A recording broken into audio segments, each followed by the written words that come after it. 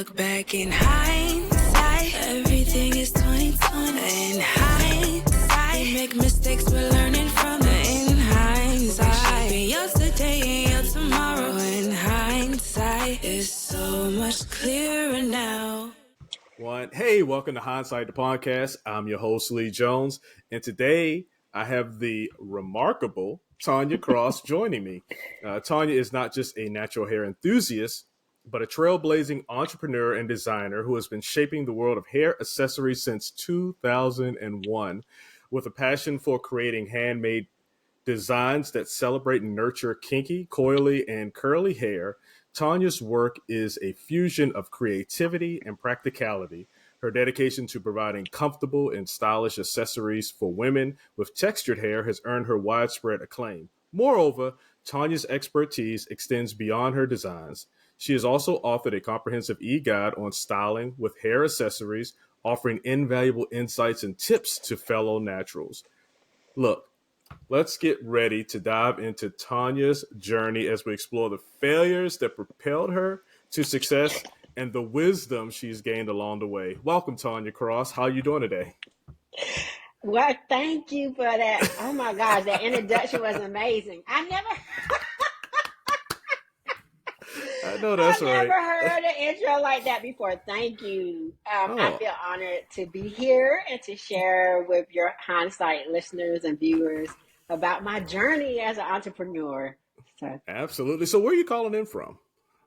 I'm calling in from North Carolina. I'm in a small town called Salisbury. It's in between Charlotte and Greensboro. When I say in between, like it's smack dab in the middle. So I am 45 minutes north of Charlotte and 45 minutes south of Greensboro. So yeah. All right. So we're clear across the country. So you're well into your morning right now. Yes. So that's good. Yes. It's a little early here. How's the weather, if you don't mind? It's raining here. The weather is amazing. It's cool though. I knew it's it. Cool. I knew it. It's I knew sunny. it. The sun is out, but it is definitely cool. We have had a significant amount of rain recently, but you know, once it stops raining out here in SoCal, it just stops. Right. So, okay. So right now I'm enjoying the rain. My dog hates it, but I'm enjoying the rain because I know the next few months probably is just going to be sunshine. Right. And that sounds great until you're 9-10 months of just sunshine and then it kind of drives you crazy. Yeah. But, you know, it reminds me of that Tony song, It Never Rains in Southern California. They wrote that 20, 30 years ago. So climate change or something. I don't know what happened. Climate change have had its impact, huh? Absolutely. Hey, so this is hindsight, right? So we like to dig into, like, we know where you are now, and you're going to give us a little more insight on where you are now, but like your journey to get into that place. And I like to focus on maybe some setbacks, some struggles or whatever, and how you overcame them, right? Because a lot of people, especially entrepreneurs, and I'll get to that question as well, but we go through different challenges in, you know, just being persistent, having that positive energy, you know, whatever it takes, right? So we'll get into that. I won't put words into your mouth, but I just want to start off in the beginning. When were you born? When were you born? No, just kidding. I'm a 70s baby. Me too. Sure. Me too. Matter of fact, I'm not a 70s baby. I am a 1970 baby. So absolutely. Me too. Okay, so we're the same age. Okay. There we go. So how do you think your childhood passion for and I'm assuming, so this question is assuming you had a childhood passion for creating things by hand. How has that influenced your approach to designing hair accessories for women with kinky, coily, and curly hair? And I got a funny story about the kinky, coily, and curly hair too. But go ahead. Okay. Well, growing up, my mother was a seamstress. So creativity was always a part of our life. Okay. She did alterations. So I saw her working with customers, doing the alterations. So for me, I wasn't doing adult clothes, but I would make clothes from like my baby dolls and stuff like that. So That's I've cool. always been creative and had that creative energy and that creative vibe about me. But the traditional family thing, like, I want you to go to college, I want you to get a good job, that Right. kind of thing, influence in the family, because I was the first person in my family to go to college. Okay. So yeah, so carrying that and then pursuing a career in a profession that, don't get me wrong, I enjoyed the profession, but it just wasn't, I wasn't passionate Okay. about it like Right. I am about accessory making. So the career path that I chose was pharmacy. So I Okay. am a pharmacist as well. So, but it, it provided a nice lifestyle for me. I'm not complaining at all. But now in my latter years, I shared I was a 1970s baby. Now my focus is really on what I really enjoy doing, which is my passion, which is creating Right. things. Yeah. So Yeah. I said I had a funny story. I read, Okay. I've been at a lot of different places, and it's because I'm in the Okay. military. So I was in, was it Tennessee? I was somewhere. I can't remember exactly, and I'm not even going to dime out of state. But I went into this tattoo parlor, and I Mm-hmm. remember it was raining that day, and I wasn't getting a tattoo, but I wanted to see if I wanted to get a tattoo. In Right. the and it was raining outside, and the guy, and he was a white guy, right? He Mm-hmm. said, "Man," and I told you it's raining outside.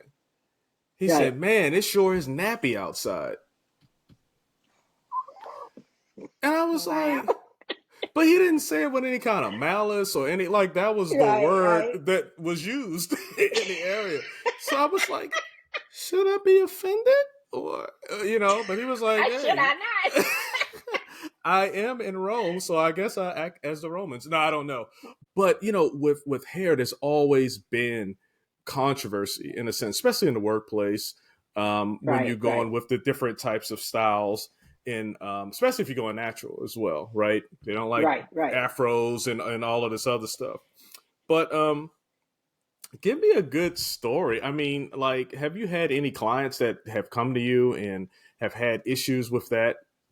Just, and this is one of those off the cuff Okay. questions. Yeah. Yeah.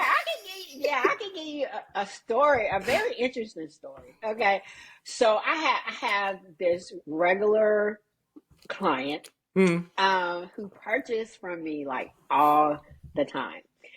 And she was sharing with me how her coworkers, she works in a predominantly white environment, and how Right. her coworkers are always commenting her about her accessories, Hmm. about the things she's worn that she's purchased from me. Okay. So she said, but I'm uncomfortable sharing your website with them because the majority, as a matter of fact, all the models on my website, the pictures, photos are Black women with natural hair. Right. And she's Right. like, I'm uncomfortable sharing your website with them because I really don't know how they would feel, Hmm. I guess, not seeing themselves represented. I don't know how she felt about it. And I Right. told her, you know what? That's not a decision for you to make for them. Yeah. Allow them to make that decision for themselves. So go ahead and share the website. And what did you say you wanted to order? I know that's right. let's get that. Let's get that order in there first. We can talk about web design later. Yeah. So that was like real interesting to me. Yeah. She's our age. And it was so interesting that I shared it in my Facebook group for creative women entrepreneurs. I said, hey guys, this happened to me. What are your thoughts? How would you have responded, Right. as a business owner? Because for me, how I got all my photos is through Mm-hmm. collaborations. And that's been one of the things that have really helped my business propel and excel is collaborations.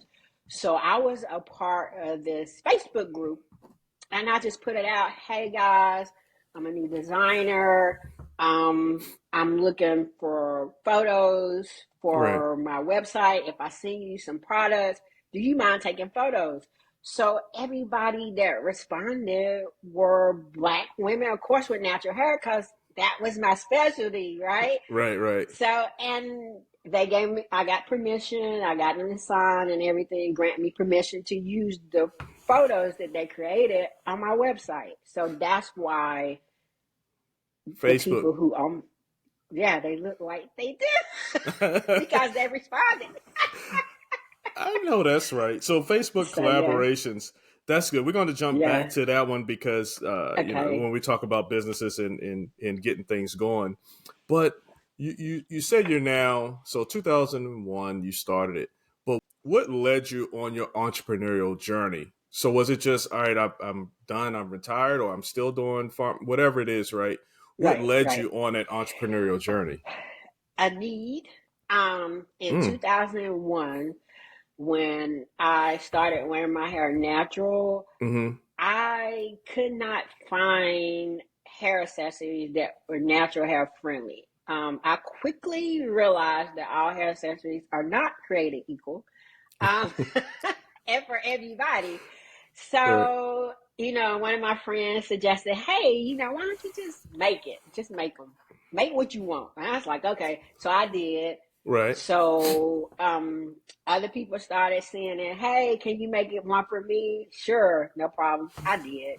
And it just kind of snowballed from there and eventually became a business. I said, okay, so these people that I know are willing to buy from me, let me just open up an Etsy shop and see Oh, and nice, see what nice. happens. You know? Yeah, yeah, yeah, And yeah. so it just snowballed from there. So that's Oh, how it really nice. started. A need. It was a Okay, need, yeah.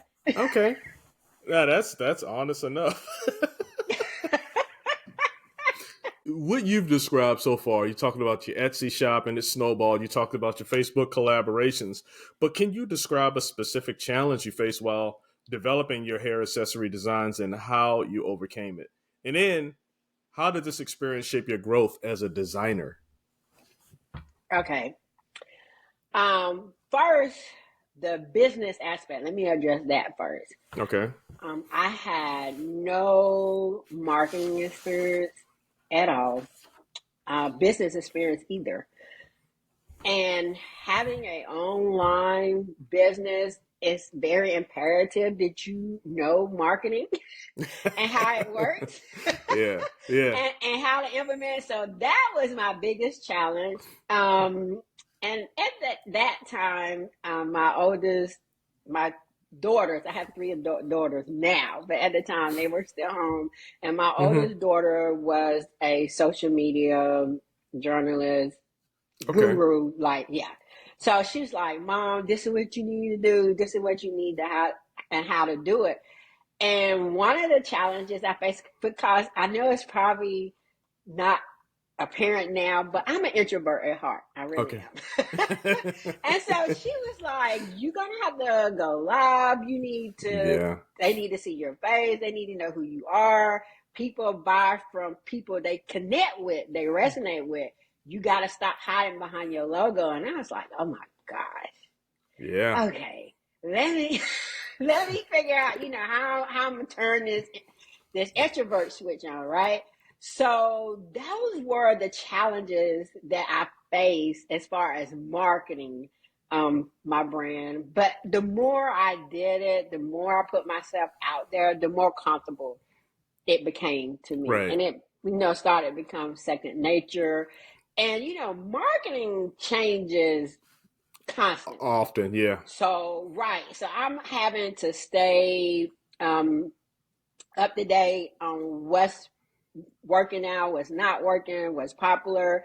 So just that continued education part of it and just staying on top of it as Mm. well. Now, as far as designs, here we go. Okay. So with the designs, um, luckily I had the intuition to do this. I would have people to wear test my stuff first Okay. because I didn't want to sell a product to the public that hadn't been tested, because, you don't want to get those negative reviews. You don't want to get, this didn't work or that didn't work, or it Right. would have been better if it was this or that. So I allow people, I have certain people, and I'll just put it out there. Hey, I got this new design. Anybody interested in wear testing it? I need, genuine positive feedback, how to make it better, what's great about it, what can be improved about it. So that's how I overcame that issue. Okay. That concern was just having people to wear test stuff. So, and people always ask me, so do you have designs that you haven't even put out yet? Yes, I do. I have. Because they ready now. Right, they're not ready. Right, Yeah. they're not ready. And when I put something out, it's been tested and and make sure it's ready, because I just did a soft launch of some leather bags, and I have been working on those bags. And I look back, it was over a year, because I wanted it to be right. Yeah, I get that. All right, so hold on. Now you're saying some leather bags. What, oh yeah. What do you have? What do you sell now? Okay. It started out with hair accessories. Okay. That was my signature items designs. Okay. Then it expanded from hair accessories. It went to jewelry designs. And then from jewelry designs, now I've added handbags. Nice. So just those three things as of now. That's all I have right now.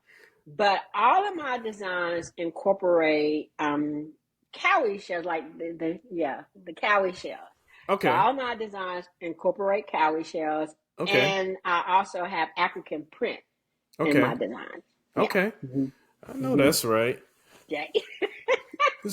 So here's my question from earlier. Now I don't know if you didn't really, because you didn't have any failures that we talked about yet. But here's my question from earlier. Many entrepreneurs encounter setbacks. Can you recall a time when a setback or failure in your business journey led to an unexpected opportunity or breakthrough? Oh, it sounds like you've been rolling.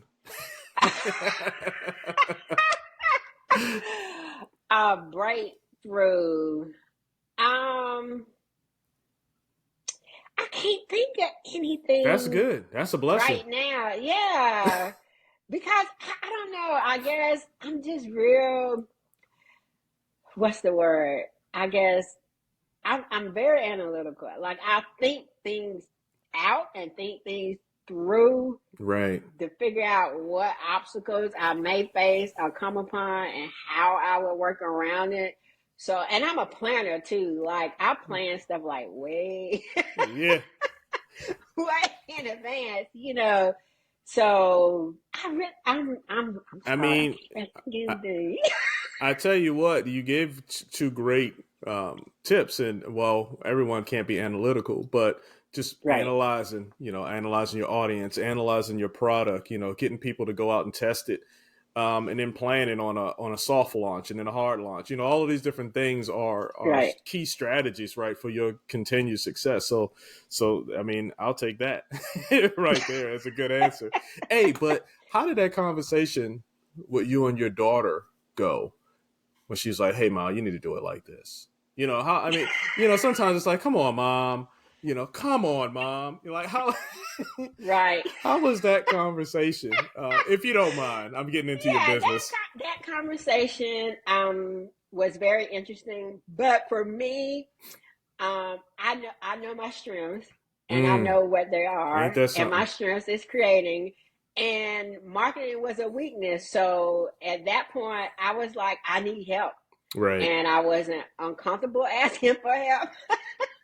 That's good. And willing to take and implement the advice that she gave. And the interesting part about it now, now she's an adult, she's married, she has 2 kids of her own, and she's still actively engaged with the brand. She's probably like one of my biggest supporters. She don't charge me yet. I know. But I'm sure it might be coming. I know. Let me take this out. She may not know how important she is to the success. We might have to edit this out. I'm not going to. So, But right. so yeah. Oh, okay. So you wrote an ebook. She helped me out a lot. Oh, okay. So you wrote your ebook. I mentioned your ebook, and it offers styling tips for natural using hair accessories. What inspired you to create this resource, and what do you hope readers will gain from it?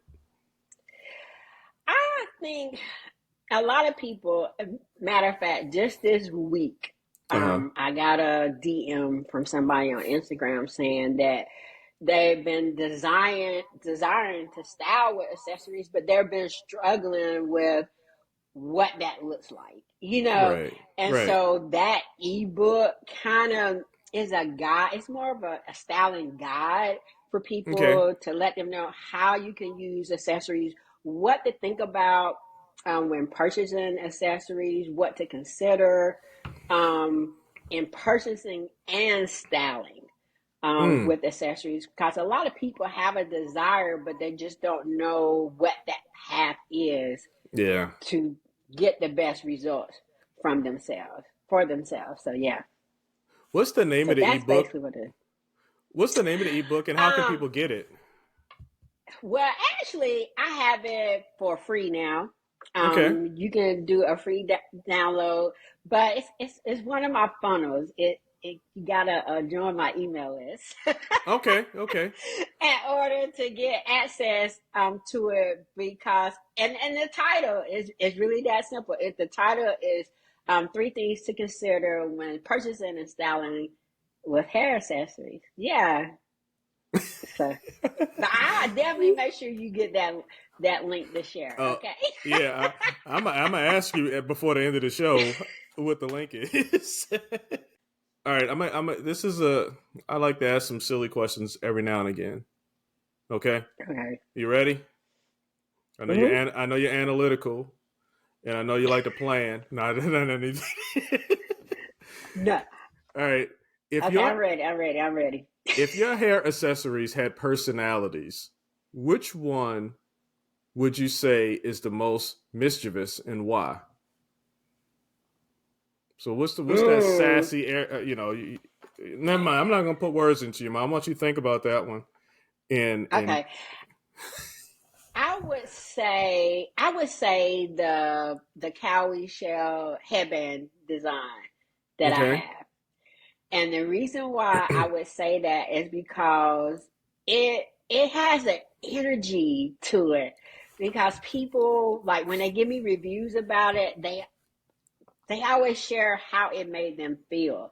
Like when I put on this coily shell design, because I'm very strategic. Like, I'm very strategic in selecting the number of shells I put on the design. Wow. And the number of shells on this particular design is 12 shells, right? So the number 12 symbolizes dominion, right? So every time I get a review on that design, people always say, man, I felt like a queen, or I felt this positive energy, like this confidence just came over me, and I was like, yes. It's nice. So 12 represents dominion? Yes. Wow. So I'm very, I decide, what numbers, use, to influence my designs, I use numbers. Okay. I'm very conscientious the number of shells that I use in my designs. I'm very conscientious about the materials, the fabrics that I use. I'm conscientious who I source my products from, because I make sure that my African fabrics are from Africa. I like that. So and it's a lot going into the process of creation. Do you explain any of that anywhere? Like, does your and I'm gonna go back. I didn't look at every post, but I love your Instagram. Like, I'm like, man, I need to have my Instagram look like hers, because yours, it's like, it's laid out nice. You know, Thank you, thank you you. know what I mean? And Look, mine is, thanks to that daughter guru. what's her name? So yeah, it really looks nice, and I like the different, the information that you give. You got a blend of like messaging and some videos and stuff like that, but it has that same vibe, that same look. You know what I mean? And I'm like, I don't want to start all of my posts all over again, but Tonya is making me consider it, right? So that I can get on that level. But all right, so I got off track. We're talking about Instagram. We talk about, all right.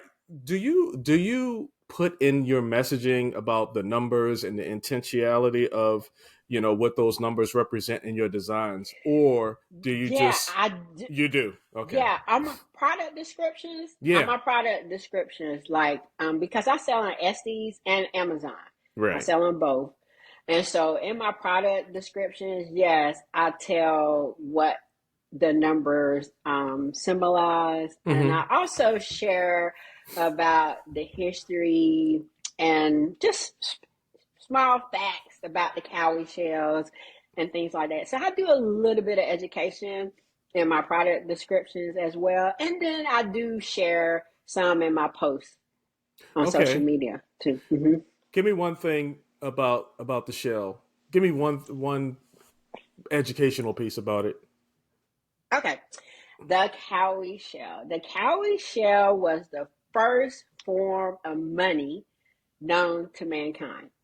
So what they would do, they would string the cowrie shells, and a certain number of shells represent a certain number of monetary unit. Wow. So right. So it was like an exchange Wow. for products and services. Mm-hmm. How big are they? How big are the shells? Are they small? Well, they come in different sizes. Mm-hmm. You can get some as small as these, and this one on my desk. I keep this one on my desk. I'm gonna just go and show it to you. Okay. This is one of the Okay. one of the bigger size one that you, because they come in various sizes. They come in various sizes. Right. Yeah. So one of my, and another thing, like one of my features that I had on Good Housekeeping was about mermaid costumes, because that's another thing a lot of people don't know about cowrie shells, is that they're believed to be like a gift from the African water goddess Mami Wata, right? Okay. So she was this mermaid deity in like African literature, right? Right. So, and I thought when they featured that, and I was like, I never thought about tapping into the mermaid culture. So now, I've been adding that mermaid costume, mermaid hashtag to Yeah. stuff. Oh man, you So got to let get me them. tap into this audience. Look at you. You got to bring them in. Got to bring them in. Yeah, exactly. So you were also featured in some of your designs featured in Essence and was Yeah. it Refinery 21? How was that experience for you?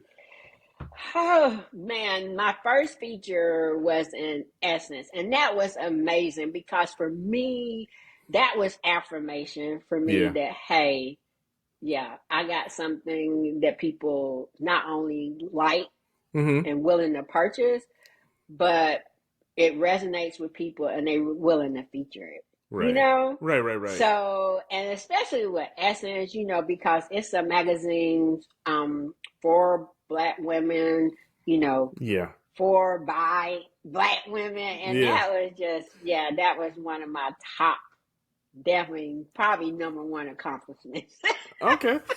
with my brand. And the interesting thing about that, though, was when they feature you like that, like they don't let you know that they featured you, right? Oh, really? No, it's not like you get a letter, hey, we featured you. So what ended up happening, like I started getting all these sales. So remember I told you I was analytical, right? So Right. I'm a numbers girl.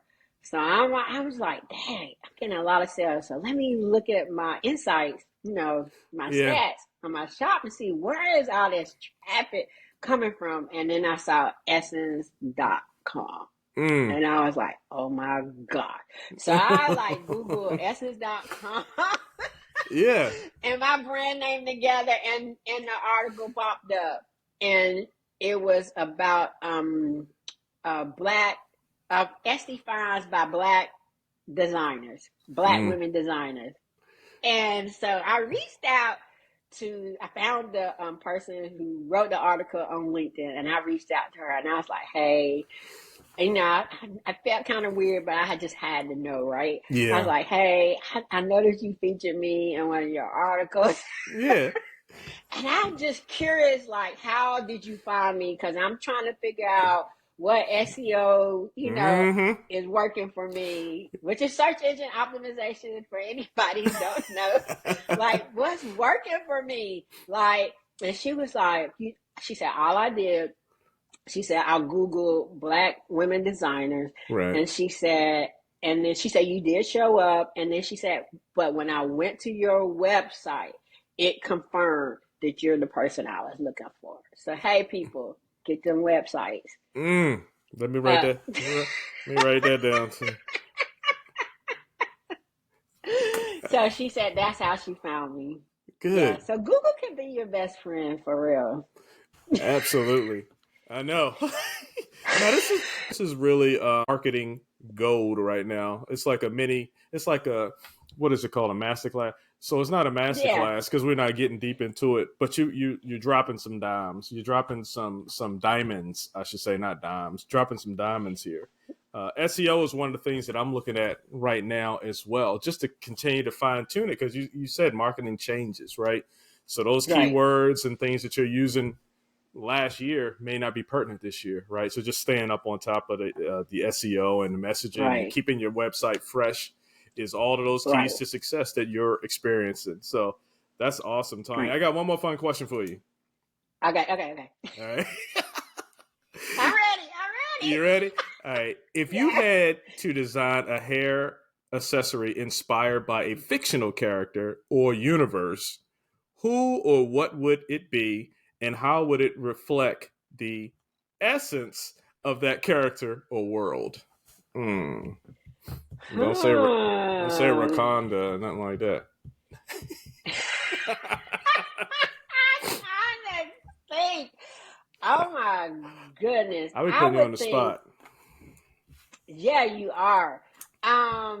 Definitely, it would be. I can't think of Afro-futuristic character right off the top of my head, but it definitely be Afro-future because black people are definitely going to be in the future, and yeah, we're gonna be dominating too. Okay, so and that design. Ooh, I visualize like a coily shell crown.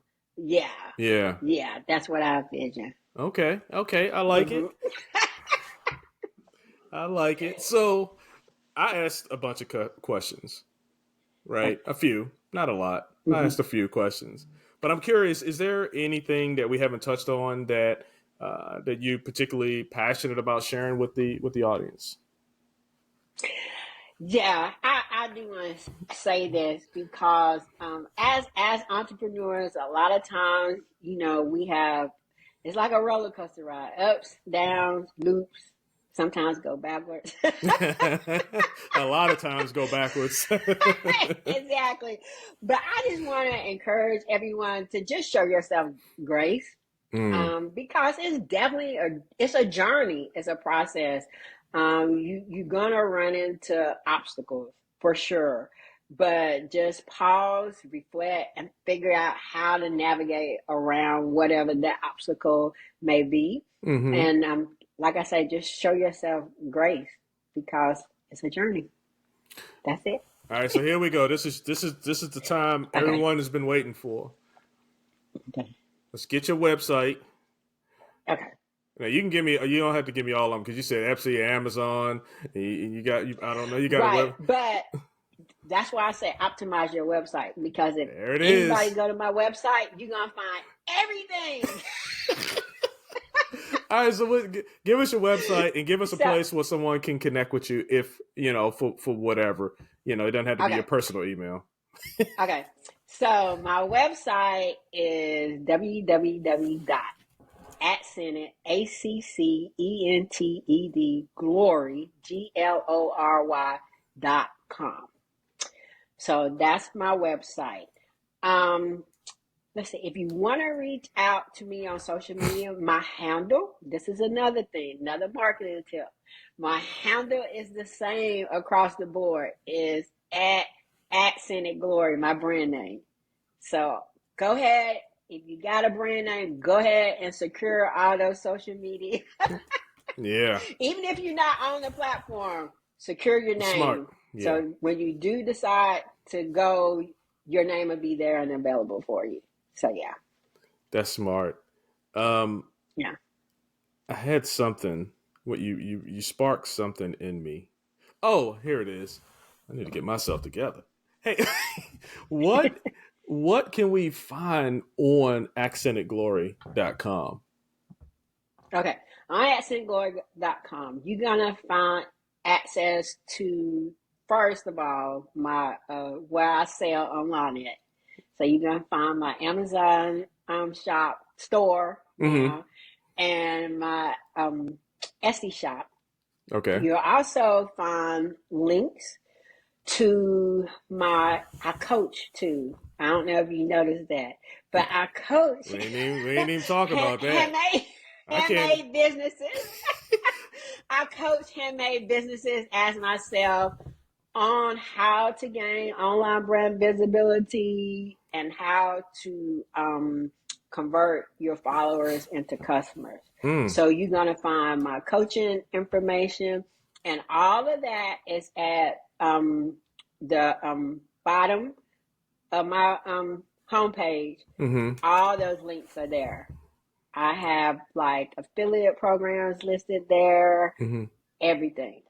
And you also, you're not missing. Go ahead. You also have your email list where you can get the email list. Okay. Yes. Where you can sign up. Okay.